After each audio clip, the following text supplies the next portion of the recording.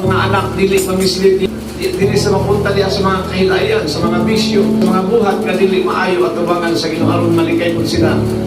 Sama sa mga anak na walay guidance sa gilikanan, ang uban nangapiriso pagka daot sa ilang mga kinabuhi tungod kay sila wala man manumbaling sa pulong sa Ginoo. Another examples, maayo nga kanang outcome na may tamo kung kita gag-fearing ta.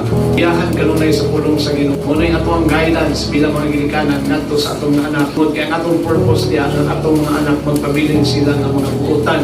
Kung pinaagis ang mga buotan, i-bless sa Ginoo, i-prosper sa Ginoo ilang ang mga kinabuhi. Magbuhat tao matarong na dili ta magkinabuhi nga sukwahi at tubangan sa Ginoo. Inline ang atong kinabuhi diya sa pulong sa Ginoo. Aron pinaagi ni ana panalanginan sa Ginoo nga tuwang mga kinabuhi. So dito kayo mag-isong nga upright ta o tutuman ta sa pulong sa Ginoo kung atong buhaton ang kaputon sa Dios. And by doing that, God will place more and more